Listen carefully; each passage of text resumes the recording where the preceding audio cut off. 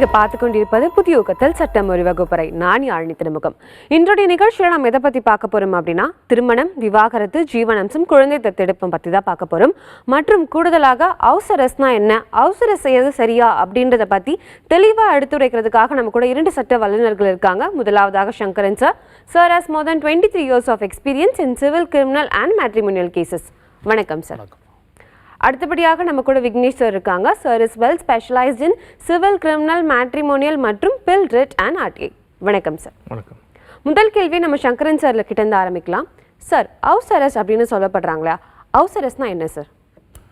House arrest அப்படிங்கிறது குடும்ப பிரச்சனைகளில் விவாகரத்து போன்ற கணவன் மனைவிக்கிடையே நடக்கின்ற இந்த பிரச்சனைகளில் வீட்டுக்காவல், அதாவது கணவன் மனைவியை ஒரு இடத்திலிருந்து நகர விடாமல் வீட்டுக்குள்ளேயே காவல் வைப்பது, அந்த வீட்டுக்காவல் தான் ஹவுஸ் அரெஸ்ட்.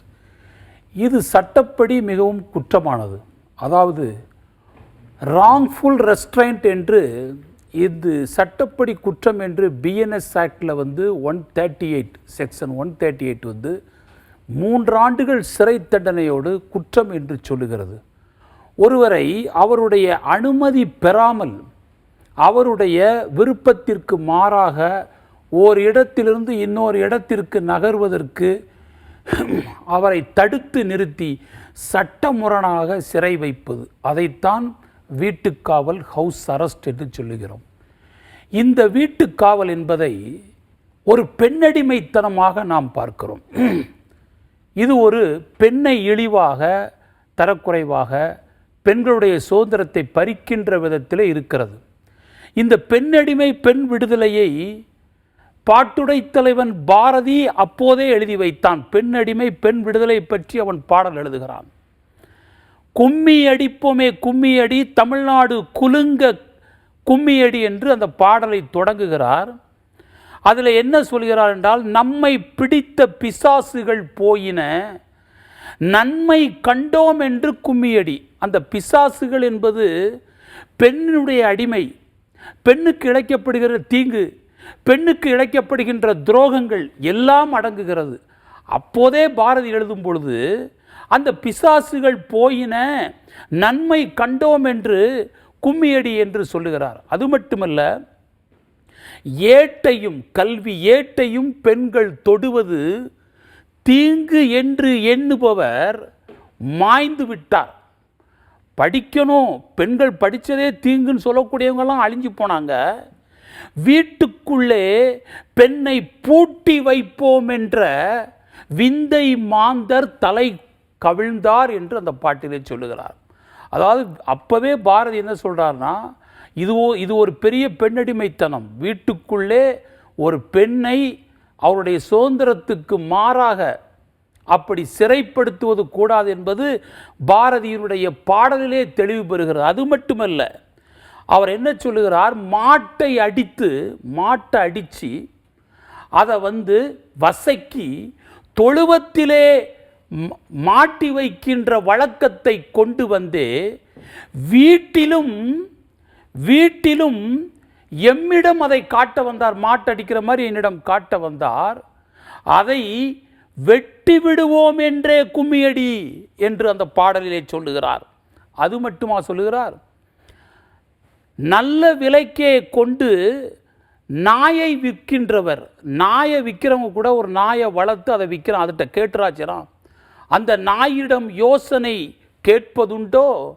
அதே மாதிரி தான் கொல்லுவதற்கு துணிவுமின்றி அந்த பெண்ணை கொன்னுட்டா கூட பரவாயில்ல, அதோட முடிஞ்சு. ஆனால் கொல்வதற்கு கூட துணிவின்றி அந்த நிலையை ஏற்படுத்தி பழியை ஏற்றுக்கொண்டார் என்கிறார். அதாவது சித்திரவதை பண்ணுறது, டார்ச்சர் பண்ணுறது, இழிவுபடுத்துறது, கொல்லக்கூட மாட்டுக்கான், கொல்லாமல் அந்த பெண்ணை சித்திரவதை பண்ணுறான். இதை பாரதி அன்றைக்கே கண்டிக்கிறார். அது மட்டும் இல்லை, கற்பு நிலை என்று சொல்ல வந்தார்.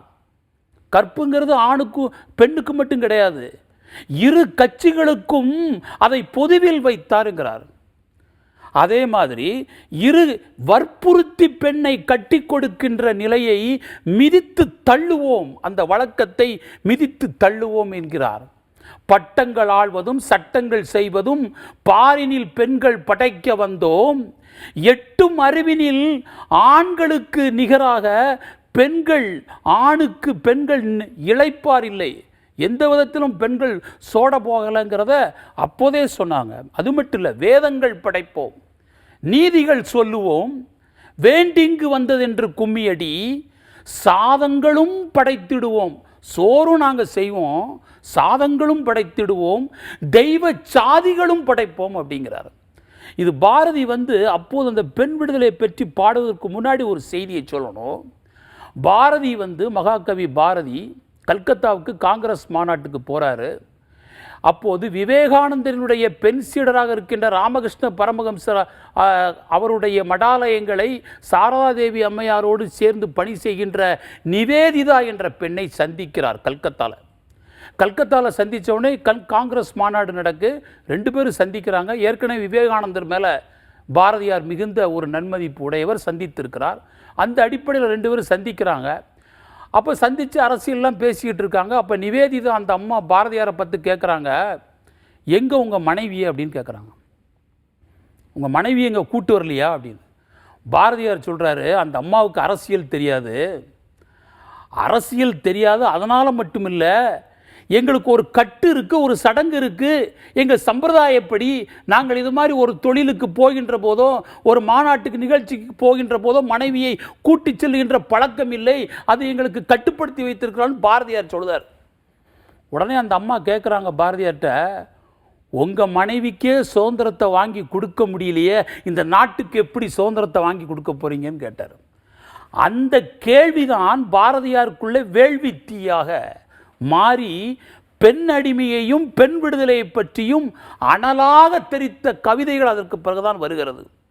ஆக இதிலிருந்து என்ன தெரியுதுன்னா, பெண்ணை ஒரு மனைவியை கணவன் வீட்டுக்குள்ளே சிறை வைப்பது என்பது இன்னைக்கு சட்டப்படி குற்றம். அப்படி சிறை வைத்தால் 3 ஆண்டு சிறை தண்டனை பிரிவு 138 சொல்லுகிறது. அதை போல பிரிவு 124, 125 காயப்படுத்தலை பற்றி சொல்லுகிறது. இப்படி ராங்ஃபுல் ரெஸ்ட்ரெயின்ட்னா என்ன, உள்ள சிறை வைத்தலாம், இது எல்லாத்தையும் சட்டம் குற்றமாக சொல்லுகிறது. ஆனால் அதே சமயத்தில் ஒரு நியாயமாக ஒரு ஆபத்துக்காக ஒரு பெண்ணை கணவன் வெளியே போகாதன்னு சொன்னால், இப்போ கரூர் சம்பவத்தில் அன்றைக்கு அந்த கணவன் சரியாக இருந்து பெண்களை இது மாதிரி க்ரௌடாக இருக்கக்கூடிய போக்குவரத்திற்கு ரொம்ப நெரிசலாக இருக்கக்கூடிய இடத்துல நீ போகாதன்னு சொன்னால் அந்த உயிரை காப்பாற்றிருக்கலாம், அந்த கை குழந்தையை காப்பாற்றிருக்கலாம். ஆக ஆபத்து, உயிருக்கு ஆபத்து, அந்த உயிரை பாதுகாக்க வேண்டும் என்ற எண்ணத்தில் நீ வெளியே போகாதன்னு சொல்கிறது வேற. ஆனால் அடிமைப்படுத்த வேண்டும் தன் சுயநலத்திற்காக, குடும்ப பிரச்சனைக்காக தன்னுடைய மனைவியை அவன் வீட்டு காவலில் வைப்பானே, ஆனால் அதுக்கு சிறை தண்டனை, அது சட்டப்படி குற்றம். ஓகே சார், ரொம்பவே தெளிவாக சொன்னீங்க. பாரதியாருடைய கவிதைகளும் அவருடைய வரலாறையும் சொல்லி ரொம்ப அழகாக ஒப்பிட்டீங்க சார், ரொம்பவே நன்றி சார். இப்போ நம்ம ஹவுஸ் அரெஸ்ட்டை பற்றி பார்த்துட்டு இருக்கோம் இல்லையா? ஸோ இப்போ கோர்ட்டில் கொடுக்கக்கூடிய ஹவுஸ் அரெஸ்ட்டுக்கும் இப்போ நார்மலாக ஒருத்தவங்க அடைச்சி வச்சிருக்கும் என்ன சார் டிஃப்ரென்சியேஷன்? கண்டிப்பாக மேம், பேசிக்கலாக பீப்புளுக்கு இந்த ஒரு பேசிக் அண்டர்ஸ்டாண்டிங் இருக்கணும். பார்த்திங்கன்னா, நம்ம இஷ்டத்துக்கு யாரோ ஒருத்தரை வீட்டில் வச்சு பூட்டிட முடியாது. அது ஹவுஸ் அரெஸ்ட் அப்படின்னும் நம்ம சொல்லவும் முடியாது. அதே மாதிரி பார்த்திங்கன்னா, இப்போ கரண்ட்டாக கொண்டு வந்திருக்க பிஎன்எஸ்எஸ் அதில் தெளிவாக சொல்லியிருக்காங்க, ஹவுஸ் அரெஸ்ட் அப்படின்றது எக்ஸ்க்ளூசிவாக எங்கேயுமே அதை டிஃபைனும் பண்ணல, அதுக்கான ப்ரொவிஷனையும் கொடுக்கல. But house arrest is valid எப்போ அப்படின்னு கேட்டிங்கன்னா, ஒருத்தன் சார் சொன்ன மாதிரி ஒரு ஒய்ஃப் உள்ளே வைக்கிறது கண்டிப்பாக தப்பு தான். ஆனால் சம்டைம்ஸ் கோர்ட்டே ஆர்டர் பண்ணுது ஹவுஸ் அரெஸ்ட்டுக்கு. எக்ஸ்க்ளூசிவாக இதை பிஎன்எஸ்எஸ்லையோ இல்லை எந்த கிரிமினல் ப்ரொசீடிங்ஸ்லையோ இதை பற்றி தெளிவாக சொல்லலை. பட் கோர்ட் அதோட அத்தாரிட்டேட்டிவ் டெசிஷன் எடுத்து பண்ணுறாங்க. இதுக்கு நிறைய இன்டர்நேஷ்னல் ப்ரொசீடிங்ஸும் இருக்குது, நம்ம டொமிசைல் ப்ரொசீடிங்ஸுமே இருக்குது. பார்த்திங்கன்னா, நம்மளுக்கு ஃபேவரேட் அண்ட் நம்மளுக்கு எல்லாருக்குமே பரிச்சயமான ஒருத்தர் நெல்சன் மண்டேலா. கிட்டத்தட்ட அவர் பல வருஷமாக ஹவுஸ் அரெஸ்ட்டில் வச்சுருந்தாங்க. இதே மாதிரி ஹான்சான் சூக்கி அப்படின்ற மியான்மரில் ஒரு அப்போசிஷன் லீடர், மியான்மர் கவர்மெண்ட்டை எதிர்த்தாங்க அப்படின்னு சொல்லிட்டு கிட்டத்தட்ட மோர் தென் 15 இயர்ஸ் அவங்களோட லைஃப் ஹவுஸ் அரெஸ்ட்டில் தான் இது பண்ணாங்க. இந்த ஹவுஸ் அரெஸ்ட் அப்படின்றது ஒரு வேலிடான ஹவுஸ் அரெஸ்ட், ஒரு கோர்ட் ஆர்டர் மூலமா வர ஹவுஸ் அரெஸ்ட் எப்படி இருக்கும்னு பார்த்தீங்கன்னா, அவங்க நார்மலாக அவங்க வேலையை பார்க்கலாம். அதுக்கப்புறம் வந்து சோஷியலாக பழகலாம். பட் அவங்க வந்து வீட்டை விட்டு வெளியே போகும். அதை எப்படி மானிட்டர் பண்ணுவாங்க அப்படின்னு கேட்டிங்கன்னா, அதுக்கும் தனியாக போலீஸ் போட்டோ ஃபோர்ஸ் போட்டோ அதை மானிட்டர் பண்ண முடியாது. ஸோ இப்போ நிறைய டெக்னாலஜியில் வளர்ந்துருச்சு. அதில் வந்து எலக்ட்ரானிக்கல் ஃபார்ம் ஆஃப் ஃபாலோயிங் இருக்கும். பார்த்தீங்கன்னா அவங்களுக்கு தெளிவாகவே அவங்களுக்கு உடம்புல சென்சார்ஸ் வச்சுருப்பாங்க, ஆங்க்லெட்ஸ் வச்சுருப்பாங்க, அதில் எங்கே போகிறாங்க வராங்க எல்லாத்தையுமே பண்ணிடுவாங்க. சில கண்டிஷன்ஸோடு கொடுப்பாங்க. அந்த கண்டிஷன்ஸ் ஃபாலோ பண்ணால் ஹவுஸ் அரெஸ்ட் அவங்களுக்கு இருக்கும்.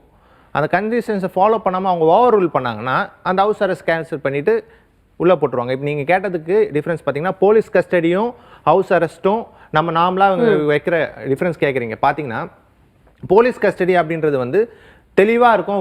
இப்போ ரீசெண்டாக கொடுத்துருக்க பிஎன்எஸ்எஸில் வந்து வித்தின் அந்த 60 to 90 days of trial at any time of the trial the police can take custody.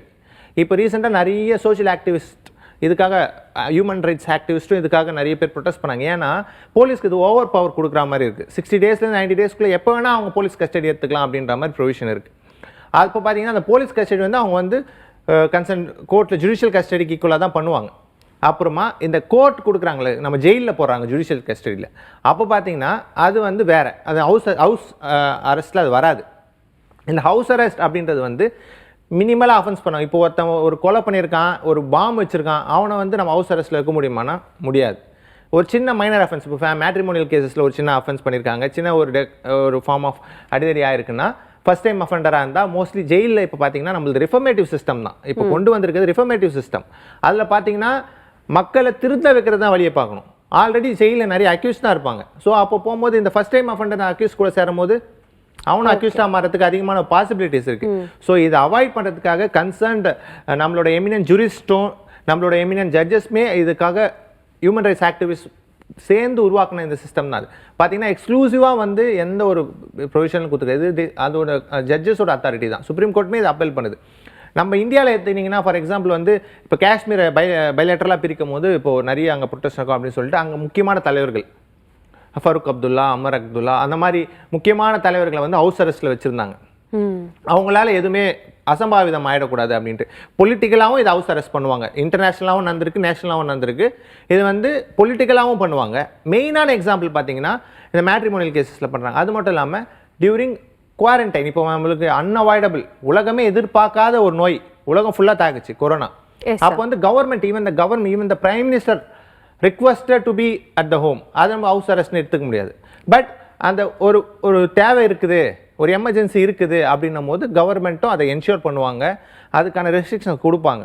But authoritative இல்லாமல் தன்னிச்சையாவோ எந்த ஒரு ஸ்டாச்சுரி அத்தாரியாக ஒரு கவர்மெண்ட் சர்வெண்ட்டோ இல்லை வந்து பார்த்திங்கன்னா ஒரு ப்ரைவேட் இண்டிவிஜுவலோ ஒரு பர்சனை அந்த மாதிரி தனியாக ஹவுஸில் வச்சு பூட்டு போகிறாங்க அப்படின்னும் போது அது ராங்ஃபுல் கன்ஃபைன்மெண்ட்டில் வரும். But with authority, with any statute or with any court order அப்படி வரும்போது அது வந்து ரீசனபிளான ஹவுஸ் அரெஸ்ட்டாக இருக்கும். ஓகே சார், ரொம்பவே தெளிவாக சொன்னீங்க. ஒவ்வொரு உதாரணமும் அவ்வளோ இதுவாக இருந்துச்சு. ரொம்பவே நன்றி சார். நீங்கள் முன்னாடி வந்துட்டு இல்லீகல் அரெஸ்ட்னா என்ன அப்படின்ற மாதிரி ரொம்பவே தெளிவாக சொன்னீங்க. இல்லீகல் அரெஸ்ட் செய்கிறது அப்படின்னு பண்ணுறாங்க இல்லையா சார், அதுக்கு என்ன பனிஷ்மெண்ட் சார்? இப்போது ஹவுஸ் அரெஸ்ட்டை பொறுத்த வரைக்கும் என்ன பண்ணலான்னா, முதல்ல அந்த பெண், அதாவது வீட்டிற்குள்ளே இப்படி சட்டத்திற்கு முரணாக அடைத்து வைத்திருக்கும் போது முதல்ல விமன் போலீஸ்லேயே அருகில் இருக்கக்கூடிய காவல் நிலையத்தில் புகார் கொடுக்கலாம்.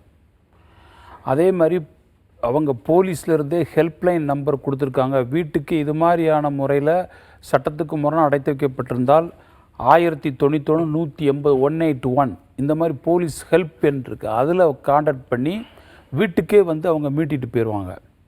இது ஒரு வழி. அதே மாதிரி இது மாதிரி சிறை தண்டனை பார்த்தா 3 வருஷம், 3 வருஷத்துலேருந்து 2 ஆண்டுகள் சிறை தண்டனை, 3 ஆண்டுகள், அதாவது அந்த தன்மையை பொறுத்து அதுக்கு தகுந்த மாதிரி வந்து குறைந்தபட்சம் வந்து ஓராண்டிலிருந்து சிறை தண்டனை ஆரம்பிக்கு. அவங்க காயப்படுத்தியிருந்தாங்கன்னா அதுக்கு ஒரு தனி. இப்படி சிறை தண்டனை வந்து பிஎன்எஸ் ஆக்டில் சொல்லப்பட்டிருக்கிறது. இன்னொன்று என்னென்னா, டிவி ஆக்டில் ப்ரொடக்ஷன் ஆஃபீஸர்ட்டையும் கம்ப்ளைண்ட் கொடுக்கலாம். ஜுடிஷியல் மேஜிஸ்ட்ரேட்டில் எப்படி டிவி ஆக்டில் போகிறோமோ அதுவும் இதே மாதிரி வந்து ராங்ஃபுல் ரெஸ்ட்ரைண்ட்டில் வருது, அதுவும் வந்து புகார் கொடுக்க முடியும். இன்னொரு வழி, உயர் நீதிமன்றத்தில் ஹெச்சிசிபி வந்து யார் அதை போல் அடைத்து அவங்களுடைய உறவினர்களை யாரையோ வைத்து இது மாதிரி வந்து வீட்டில் அடைச்சி வச்சுருக்காங்கன்னு உயர் நீதிமன்றத்தில் ஹெச்சிசிபி ரிட்டு போடலாம். இதெல்லாம் அவங்களுக்கு நடவடிக்கைக்கு இப்போ இந்தந்த வழிகள் இருக்கிறது. அந்த குற்றம் உறுதியானால் நிரூபிக்கப்பட்டால் அவர்கள் மீது குற்ற வழக்கு நடந்து அந்த கணவன் வந்து சிறை தண்டனை ஓராண்டிலிருந்து 3 ஆண்டுகள் வரைக்கும் சிறை தண்டனை விதிக்கப்படும். ஓகே சார், ரொம்பவே தெளிவாக சொன்னீங்க. சார், நம்ம ஹவுஸ் அரெஸ்ட் பார்க்கும்பொழுது அது ஒரு பனிஷ்மெண்ட்டா இல்லை ப்ரீ ட்ரையல் மெஷரா சார்? டெஃபினட்டாக மேம். லீகலாக என்ஃபோர்ஸ் பண்ணுற ஹவுஸ் அரெஸ்ட் கேட்டிங்கன்னா அது வந்து ஒரு பனிஷ்மெண்ட் மாதிரி அதை கன்சிடர் பண்ண மாட்டாங்க. ஏன்னா அது ஒரு அவர் வந்து கன்விக்ட் ஆகிட்டாருன்னா கண்டிப்பாக அவர் வந்து ஹவுஸ் அரெஸ்ட்டில் வச்சுருக்க மாட்டாங்க. he has to go to prison. ஆனால் நம்ம ஆல்ரெடி டிஸ்கஸ் பண்ண மாதிரி அவர் ஒரு ஃபஸ்ட் டைம் அஃபெண்டர். அவர் வந்து ஏற்கனவே ஏதோ ஒரு தப்பு பண்ணியிருக்காரு, ஒரு சின்ன அஃபென்ஸ். அவர் போய் ஜெயிலில் பெரிய பெரிய மர்டர் பண்ணவங்க, பெரிய பெரிய அஃபென்ஸ் பண்ணவங்களுக்கு கூட போய் சேர்த்து அவர் கூட விட்டோன்னா இன்னும் அவர் பெரிய சமூக விரோதியாக தான் உருவாவார். ஸோ இதை தவிர்க்கிற எண்ணத்தோட எக்ஸ்க்ளூசிவாக பிஎன்எஸில் நம்ம சொன்ன மாதிரி பிஎன்எஸ்எஸில் தெளிவாக கொடுக்கல. ஆனால் இதை தவிர்க்கிற கண்ணோட்டத்தில் இப்போ நிறைய வந்து பிஎன்எஸ்எஸில் எக்ஸ்க்ளூசிவாக இந்த ஹவுஸ் அரெஸ்ட்க்கு தான் ப்ரொவிஷன் கொடுக்கலையே தவிர்த்து ரிஃபர்மேட்டிவ் சிஸ்டத்துக்கு நிறைய இம்பார்ட்டன்ஸ் கொடுத்துருக்காங்க. பார்த்தீங்கன்னா வந்து அவங்களுக்கு சின்ன சின்ன தண்டனை எப்படின்னா வந்து ஹாஸ்பிட்டலில் போய் சர்வீஸ் செய்கிறது, ஒரு அனாதை ஆசிரமத்தில் போயிட்டு சர்வீஸ் செய்கிறது, அந்த மாதிரி கம்யூனிட்டி சர்வீஸ் கொடுக்குறாங்க. ஸோ இந்த மாதிரி சர்வீசஸ் கொடுத்து ரெஃபர்மேட்டிவ் சிஸ்டம் அந்த தியரிஸில் வராங்க. அப்போ என்ன பண்ணுவாங்க, இது ஒரு பனிஷ்மெண்ட் அப்படின்னு நம்ம எடுத்துக்க முடியாது. இதை வந்து ஒரு ப்ரீ ட்ரையல் மெஷர்ஸ் அப்படி தான் எடுத்துக்க முடியும். ஒரு ட்ரையல் நடந்துட்டு இருக்குது, அந்த ட்ரையல் நடக்கிற டைமில் இந்த தப்பு பண்ணவரோ தப்பு பண்ணாதவரோ ஜெயிலில் போட்டு அவர் இன்னும் அதிகமாக அவரை எக்ஸ்ப்ளாய்ட் பண்ணுறதை விட, இதே அவங்க வந்து ஒரு ரேப் பண்ணியிருக்கானோ இல்லை ஒரு மர்டர் பண்ணியிருக்கானோ அவரை போயிட்டு இந்த கேட்க முடியாது. நம்ம கண்டிப்பாக அவர் வந்து போலீஸ் கஸ்டடியில் இருக்கணும், ஜுடிஷியல் கஸ்டடியில் இருக்கணும், அப்புறம் பெயில் போட்டு தான் அவர் வரணும். சின்ன சின்ன பெட்டி அஃபென்ஸ் பண்ணுறாங்கல்ல, அவங்களுக்கு வந்து எதுக்கு நம்ம ஜெயிலில் போட்டு இவங்களை எக்ஸ்ப்ளாய்ட் பண்ணணும்னு சொல்லிட்டு ஹவுஸ் அரெஸ்ட்டில் வைக்கிறதுக்கு நம்ம கேட்கலாம். அதுவும் discretion of the judge and the court to order it. நீங்கள் கேட்ட மாதிரி இது பார்த்தீங்கன்னா ஒரு பனிஷ்மெண்ட் மாதிரி வராது, ஒரு ப்ரீ ட்ரையல் ப்ரொசீடிங்ஸ் மாதிரி தான் இது வரும். Okay sir. சார், இந்த மாதிரி குற்றவாளிகளை வந்துட்டு ஹவுஸ் அரெஸ்ட் பண்ணும்பொழுது இது எந்த அளவுக்கு சேஃபாக இருக்கும் சார்? பிகாஸ் அவங்க வீட்டில் அவங்க இருக்காங்கன்னா அவங்களுக்கு நிறைய ப்ரிவிலேஜஸ் இருக்கும் இல்லையா? ஸோ இது எந்த அளவுக்கு சேஃப் சார்? நம்பர் 1, இதான் வேரியஸ் பர்ஸ்பெக்டிவ்ஸில் இந்த ஹவுஸ் அரெஸ்ட் நம்ம பார்க்குறோம்ல. ஃபஸ்ட்டு வந்து இதை பொலிட்டிக்கல் அட்மினிஸ்ட்ரேட்டிவ் ரீசன்ஸ்க்காக கொண்டு போனால் அந்த நபரோட உயிரை காப்பாற்றுறதுக்காக ஹவுஸ் அரெஸ்ட். அவர் வெளியே வந்தால் அவர் உயிருக்கு ஆபத்து இருக்கும் பொலிட்டிக்கல் டேர்ம்ஸில், அதனால் அவருக்கு ஹவுஸ் அரெஸ்ட் கொடுப்பாங்க.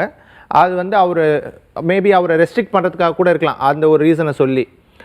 எந்த அளவுக்கு சேஃபராக இருக்கும் அப்படின்னு கேட்டிங்கன்னா, அவருக்கு வந்து அக்யூஸ்டுக்கு சேஃப், பொலிட்டிக்கல் அஃபெண்டர்ஸ் அவங்களுக்கும் சேஃப். ஆனால் இது வந்து பொதுமக்களுக்கும் அவங்க இப்போ சப்போஸ் ஒரு தப்பு பண்ணவன் வீட்டை விட்டு வெளியே வராமல் இருக்கிறது பொதுமக்களுக்கு நல்லது இல்லை.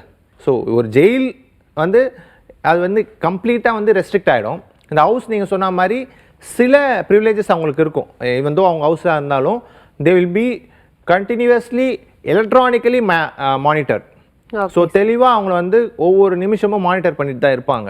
ஸோ அதனால் வந்து சப்போஸ் எதனா தவறுற மாதிரியோ இல்லை ஏதோ தப்பு நடக்கிற மாதிரி தெரிஞ்சால் இமிடியேட்டாக ஜெயில் தான். Okay sir. ஸோ அதனால் வந்து இது சேஃபர் தான். ஓகே சார், ரொம்பவே தெளிவாக சொன்னீங்க. நம்ம தொடர்ந்து கேள்வி போகிறதுக்கு முன்னாடி ஒரு வாட்ஸ்அப் கேள்வி சார், அதுக்குள்ளே போயிடலாம்.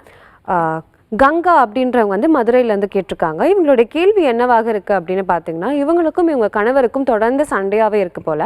இவங்க என்ன சொல்கிறாங்கன்னா, அவங்களுடைய கணவர் சொல்கிறாரா, நீ வீட்டில் இருக்கக்கூடாது, வீட்டை விட்டு வெளில போ. எந்த ஒரு சண்டை வந்தாலுமே அவங்க கணவர் சொல்லக்கூடிய வார்த்தை வீட்டில் இருக்காத, வீட்டை விட்டு போ அப்படின்னு சொல்கிறாங்க. இப்போ நான் என்ன பண்ணணும் அப்படின்னு கேட்குறாங்க சார். பொதுவாக பெண்கள் இந்த விதத்தில் நிறைய பேர் பாதிக்கப்படுறாங்க.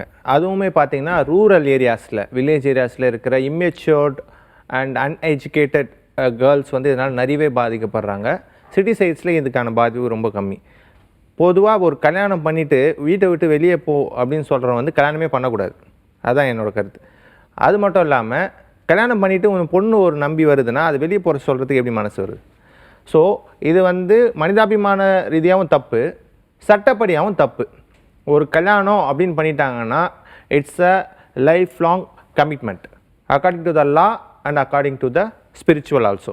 ஸோ அப்போ என்ன பண்ணோன்னா it is the responsibility of the wife of the husband to maintain the wife.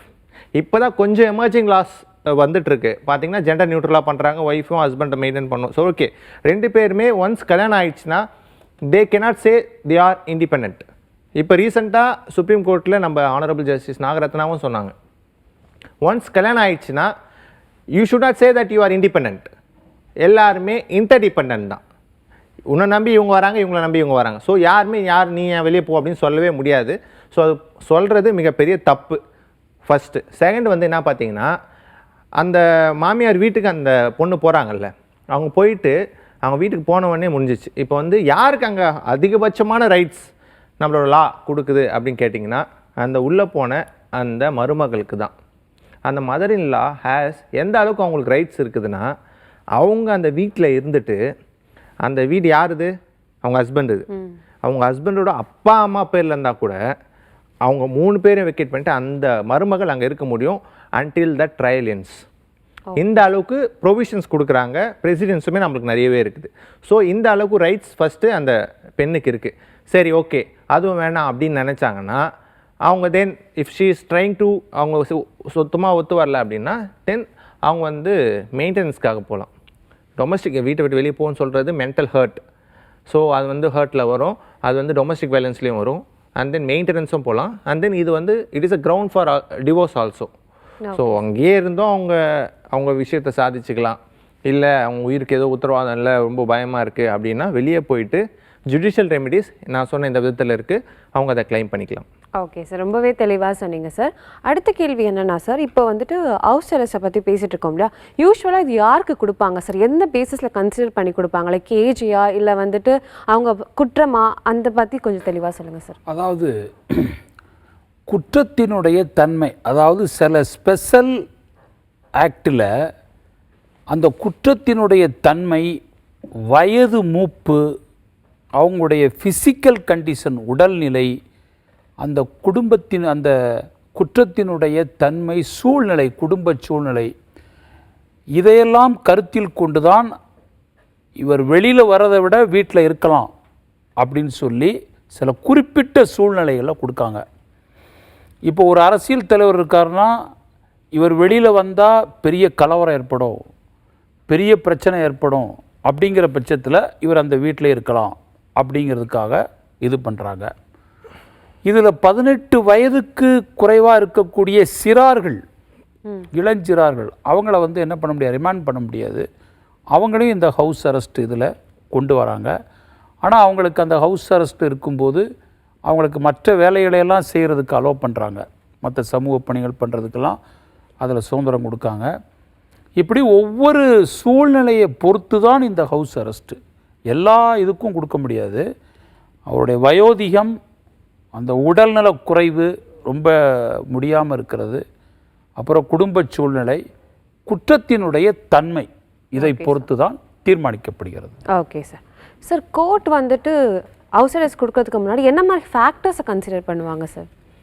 கண்டிப்பாக பார்த்தீங்கன்னா, நம்ம ஆல்ரெடி டிஸ்கஸ் பண்ண மாதிரி தான், ஒரு ஹவுஸ் அரெஸ்ட் ஒருத்தருக்கு எப்போ கொடுக்கலாம் அப்படின்னு கேட்டிங்கன்னா, நம்பர் 1, அது வந்து ரொம்ப அவர் வந்து ஒரு நொட்டோரியஸ் கிரிமினலாவோ ஒரு டெரரிஸ்டாவோ இருந்தாலும் ஹவுஸ் அரெஸ்ட் கிடைக்காது. அவர் வந்து ஒரு பொலிட்டிக்கல் அஃபெண்டர். அவரால் வந்து ஜெயிலுக்கு போயிட்டு அவர் ஜெயிலில் போட்டால் பெரிய ஒரு புரட்சி வரும், ஒரு பெரிய சட்டம் ஒழுங்கு பிரச்சனை வரும் அப்படின்னா சரி, ஓகே, அதை காம்பன்சேட் பண்ணுறதுக்காக இப்போ நிறையவே அது ஜம்மு அண்ட் காஷ்மீரில் நம்ம நிறைய பார்ப்போம். பார்த்திங்கன்னா ஒடிசாவில், பஞ்சாப்லலாம் இதில் நிறையவே இருக்கும். ஏன்னா பெரிய அங்கே ஒரு மாதிரி ஒரு மாஃபியா டைப் ஒரு பாலிடிக்ஸ் இருக்கும். ஸோ அங்கே பார்த்திங்கன்னா ஜெயிலில் இருந்தாலும் ஜெயிலை உடச்சி எடுத்துருவாங்க. அந்த மாதிரி ஒரு இதெல்லாம் சரி, ஓகே, மக்களை தூண்டக்கூடாது அப்படின்றதுக்காக அந்த மாதிரி கண்டிஷன்ஸில் வந்து ஹவுஸ் அரெஸ்ட்டை அந்த ஃபேக்டராக கன்சிடர் பண்ணுவாங்க. ரெண்டாவது ஃபேக்டர் பார்த்திங்கன்னா மெடிக்கல் ரீசன்ஸ்.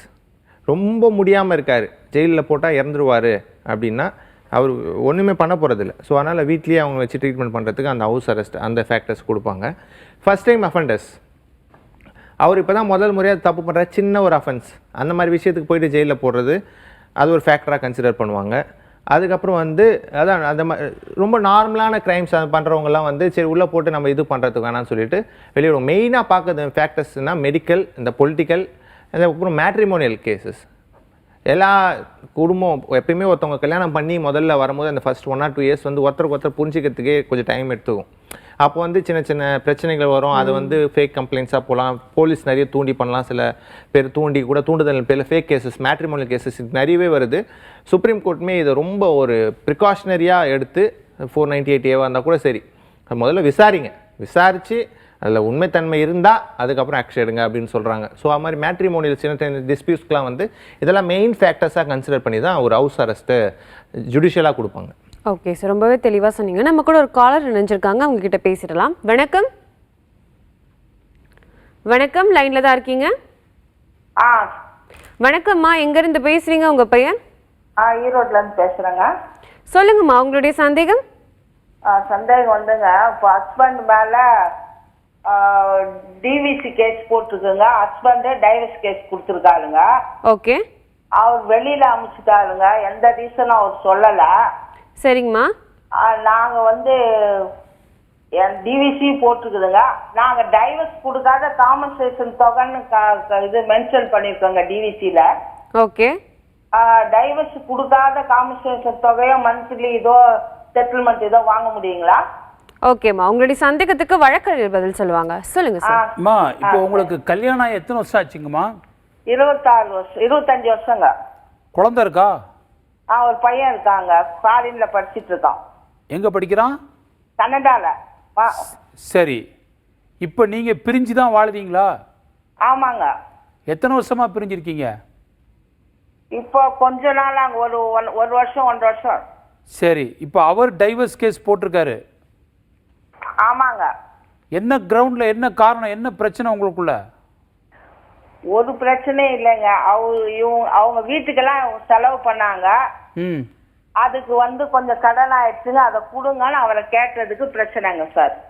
சரி, இப்போ டிவி ஆக்ட்ல வந்து எல்லாருமே அது சப்போர்ட் பண்றாங்க. அவங்க வீட்டுல இந்த டிரைவர்ஸுங்க சர்வெண்ட்டுங்க எல்லாரும் சப்போர்ட் பண்றாங்க. அந்த பொண்ணு தான் செலவு பண்ணிச்சு, இவங்க தான் கொடுக்கணும்ன்றாங்க. ஆனா வந்து எதுவும் கொடுக்க கூடாதுன்னு அவர் டைவர்ஸ் அப்ளை பண்ணிட்டாருங்க ஃபர்ஸ்ட். அதுக்கு அப்புறமா நாங்க டிவிசி அப்ளை பண்ணாங்க. சரி, அப்ப டிவிசில காம்பன்சேஷன் தொகைன்னு கொடுத்துருக்கோம்.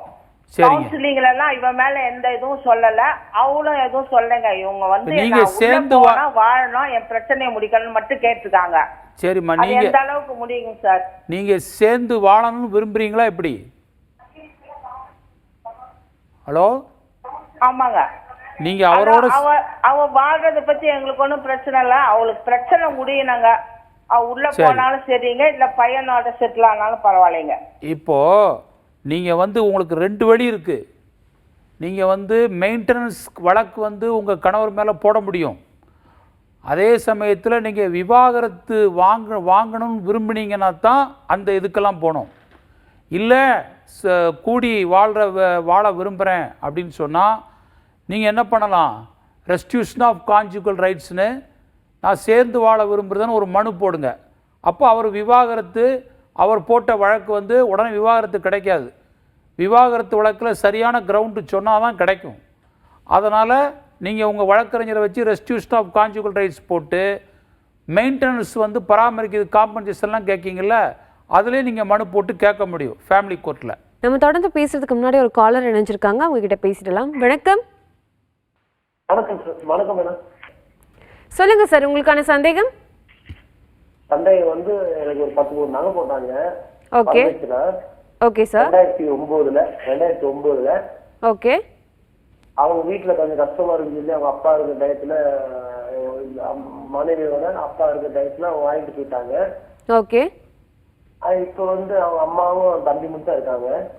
ஓகே. அந்த நகைய இப்ப கேட்டா மனைவிக்கு எனக்கு தரவும் மாட்டாங்க. என்னோட கேட்டா வேற சண்டை வந்துருமோ பயத்தில் நாங்க கேட்கறது இல்லை. Okay sir. அதுல ஏதாச்சும் இது சட்டம் எங்களுக்கு ஏதோ இதா இருக்குமா? மனைவி கேட்க முடியுமா? இல்ல எனக்கு நான் கேட்க வேண்டாம், மனைவி பிள்ளை. ஓகே சார், இது கேட்கலாமா கேட்க கூடாதான்னு கேட்க வரீங்க. கேட்டா அதுக்கு ஏதாவது சட்டபூர்வமா உதவி கிடைக்குமான்னு கேக்குறீங்க. ஆமா. ஓகே சார், உங்களுடைய சந்தேகத்துக்கு வழக்கறிஞர் பதில் சொல்லுவாங்க. சொல்லுங்க சார். சார் முத்துராமன் சார், சொல்லுங்க சார். உங்க ஒய்ஃப்க்கு போட்ட 10 சவரனா இல்ல உங்களுக்கு போட்டதா? அதாவது என் மனைவிக்கு போட்டதாங்க. அவங்களுக்கு போட்ட 10 சவரன்ஸ் திரும்பி அவங்க அப்பா அம்மாவே வாங்கி போயிட்டாங்களா? வாங்கிட்டாங்க. ஓகே, அதுக்கப்புறம் திரும்பி அதை நீங்க கேட்கலாமான்னு கேட்க கூடாதான் கேட்குறீங்களா? ஆமா, 2009 அவங்க வீட்டுல கஷ்டத்துன்னு சொல்லி 2011 வாங்கிட்டு போயிட்டாங்க. ஓகே. இப்ப 14 வருஷம் நான் எனக்கு தேவைகள் இல்லாம இருந்து இப்ப எனக்கு தேவை இருக்கு. கேட்டா அவங்க வந்து சார், இந்த விஷயத்த வந்து நீங்க கேட்டீங்கன்னா அது வேற மாதிரி, அது அஃபென்ஸா போய் முடிய வாய்ப்பு இருக்கு.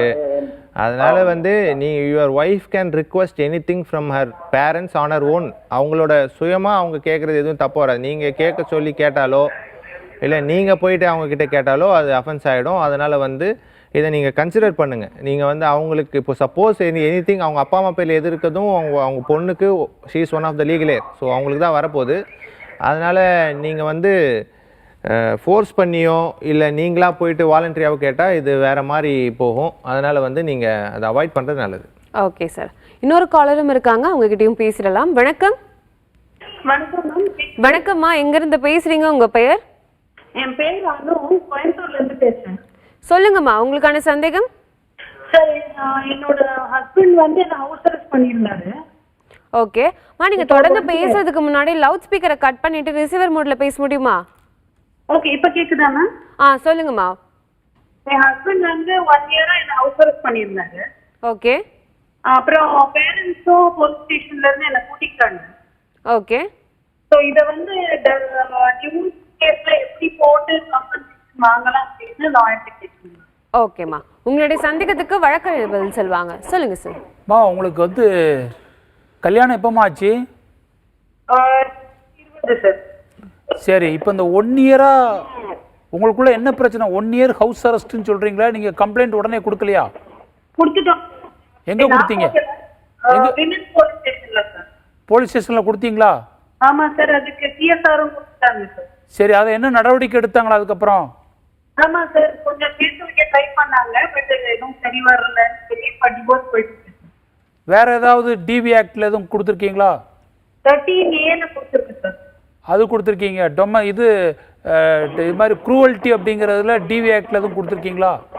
சார் 2 கேஸ் போயிட்டு. சரி, அதில் வந்து நீங்கள் கம்ப்ளைண்ட்டில் வந்து அது திரும்ப அந்த கம்ப்ளைண்ட்டை நடவடிக்கை எடுக்க சொல்லி அதில் எஃப்ஐஆர் போட சொல்லி நீங்கள் திரும்ப நீதிமன்றத்தை அணுகுங்க. அதில் தான் உங்களுக்கு வந்து மேஜிஸ்ட்ரேட் கோர்ட்டில் தான் அதை விசாரித்து அவருக்கு வந்து தண்டனை கொடுக்கணும். ஓகே சார், மற்றொரு காலரும் இருக்காங்க, அவங்ககிட்டயும் பேசிடலாம். வணக்கம். ஹலோ, வணக்கம்மா, எங்கிருந்து பேசுறீங்க? உங்க பெயர்? யார்கிட்ட பேசுறேன்? சொல்லுங்கம்மா, உங்க பெயர்? என் பேர் வினோதிப்பா. சொல்லுங்கம்மா, உங்களுக்கான சந்தேகம். சந்தேகம் தான் கொடுமைப்படுத்துறாரு. ஓகே. ஆமா, வீட்டுக்கு பின்னாடி நேற்று கேவலமா பேசுறாரு, அவதூறம் பேசுறாரு. ஓகே. போன்ல பதில் சாப்பிடுறது இல்ல. ஓகே. ரொம்ப அவதூறம் பேசுறாரு ஊருக்குள்ள. ஓகேம்மா, இப்போ என்ன பண்ணணும்னு கேட்க வரீங்க, கரெக்டா? ஆமா. ஓகேம்மா, உங்களுடைய சந்தேகத்துக்கு வழக்கறிஞர் பதில் சொல்லுவாங்க. சொல்லுங்க சார். மேடம், உங்கள் ஹஸ்பண்ட் உங்களை ரொம்ப டார்ச்சர் பண்ணுறாரா? ஆமா சார். என்ன மாதிரி டார்ச்சர் பண்ணுறாரு? சார், 4 வருஷமா அவரா தனியா பின்னாடி சமைச்சு சாப்பிடுறது, ஊருக்குள்ள போய் கேவலமா பேசுறது. அப்ப அவர் பேசுறாரு. 2வது, ஊர் சிரிக்க வைக்காம சாக மாட்டேன். சரி, இப்போ நீங்கள் 2 பேரும் ஒன்றா தான் வாழ்கிறீங்களா? நீங்களும் உங்கள் ஹஸ்பண்ட் எவ்வளோ நாள் ஆச்சு கல்யாணம் ஆகி? கல்யாணம் 45 வருஷம் ஆச்சு சார். 65 வருஷம் ஆச்சு. 45 வருஷமா? ஆமா. ஓகே, இப்போ 2 பேரும் ஒன்றா தான் இருக்கீங்களா? இல்ல இல்ல, இப்போ போய் நீங்கள் டிவோர்ஸ் கேட்டாலும் கோர்ட்டில் இது ரொம்ப ஒரு இதுவாக இருக்கும்மா. நீங்கள் வந்து கன்சர்ன் மகிழா போலீஸ் ஸ்டேஷனில் நீங்கள் கம்ப்ளைண்ட் பண்ணலாம்.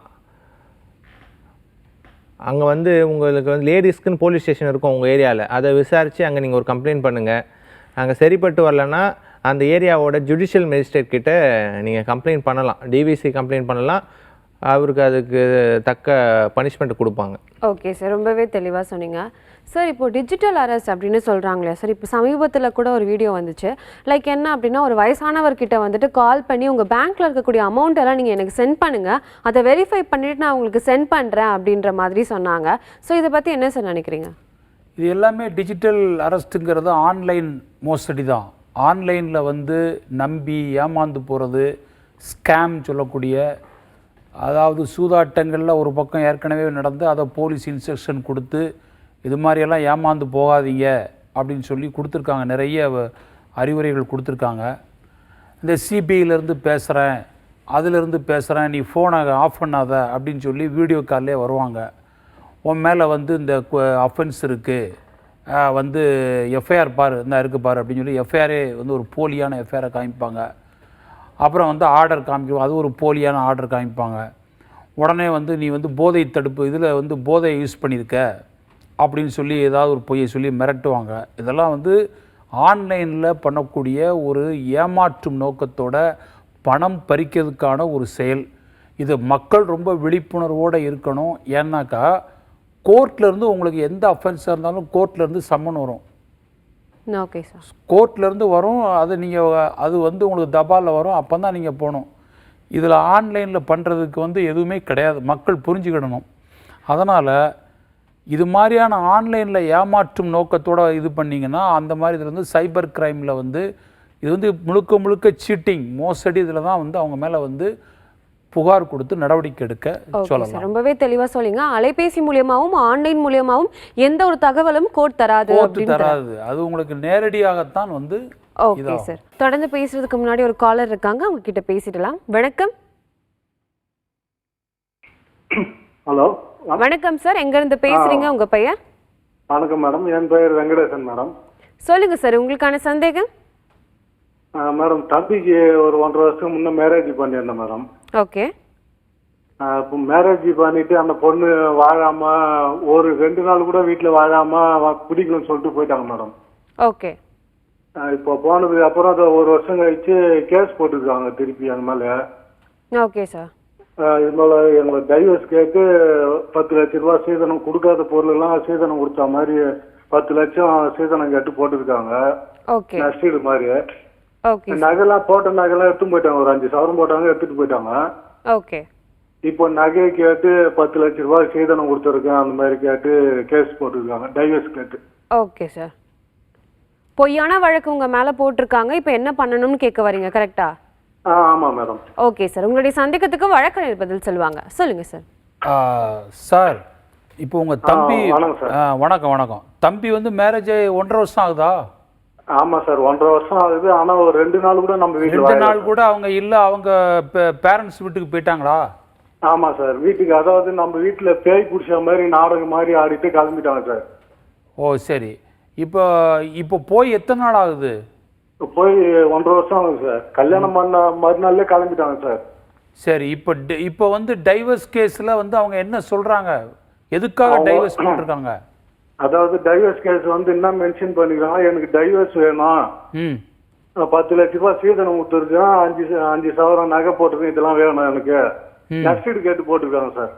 நஷ்டீடு கேட்டுருங்க. இல்லை, டைவர்ஸுக்கு என்ன இப்போ பிரிஞ்சு 2 நாள்ல போறாங்கன்னா ஆமா சார். என்ன பிரச்சனைக்காக அவங்க என்னை இந்த மாதிரி கொடுவோம் ஏதாவது ஒன்று சொல்லுவாங்கல்ல டைவர்ஸ்ல? ஆமா சார், அவங்க வந்து பிடிக்கல, எனக்கு மேரேஜ் பிடிக்கலன்னு சொல்லிட்டு போயிட்டாங்க.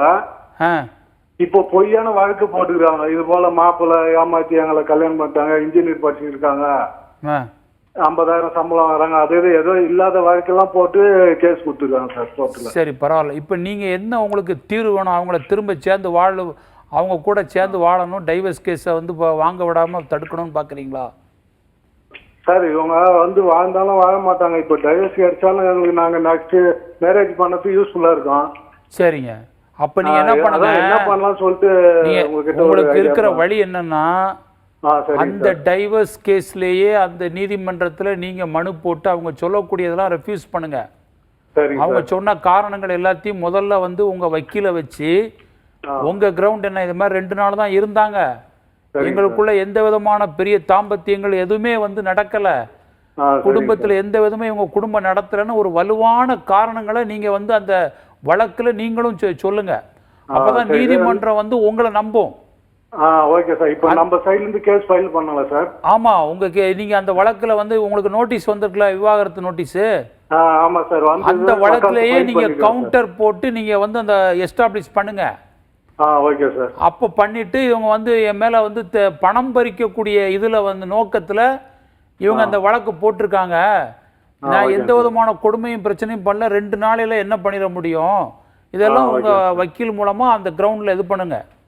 சரிங்க சார். பண்ணிட்டு அதுக்கப்புறம் வந்து ஒரு கடைசியில் 2 பேரும் வேண்டான்னு சொன்னா மியூச்சுவல் கன்சென்ட்னு ஒன்று இருக்கு. சரிங்க சார். அதுல வந்து நீங்க என்ன பண்ணலாம், ஒரு நீங்க இந்த வழக்குல நீங்க வந்து எஸ்டாப்ளிஷ் பண்ணாதான் அவங்க ஒரு பேச்சுவார்த்தைக்கு வருவாங்க. சரிங்க சார். வந்தாங்கன்னா நீங்க வேண்டான்னு 2 பேரும் முடிவு பண்ணிட்டீங்கன்னா மியூச்சுவல் கன்சென்ட் போட்டு பிரிஞ்சுக்கிடலாம். ஓகே. சரி, ஓகே சார். ரைட். நிறைய திருவழி இருக்குது. ஓகே சார், ரொம்பவே தெளிவாக சொன்னீங்க சார். சங்கரன் சாருக்கும் விக்னேஷ் சாருக்கும் சட்டம் ஒரு வகுப்பறை நிகழ்ச்சியின் சார்பாக மனமார்ந்த நன்றிகள். வணக்கம். சட்ட ரீதியாக உங்களுக்கு எந்த ஒரு சந்தேகம் இருந்தாலும் நீங்கள் தொலைபேசி மூலியமாக அணுகலாம். இல்லை அப்படின்னா 9944010692 என்ற வாட்ஸ்அப் எண் மூலியமாகவும் உங்களுக்கு இருக்கக்கூடிய சந்தேகங்களை நீங்கள் கேட்டறியலாம். உங்களிடமிருந்து விடைபெறுவது யாழினி திருமுகம். நீங்கள் பார்த்து கொண்டிருப்பது சட்டம் ஒரு வகுப்பறை. நன்றி.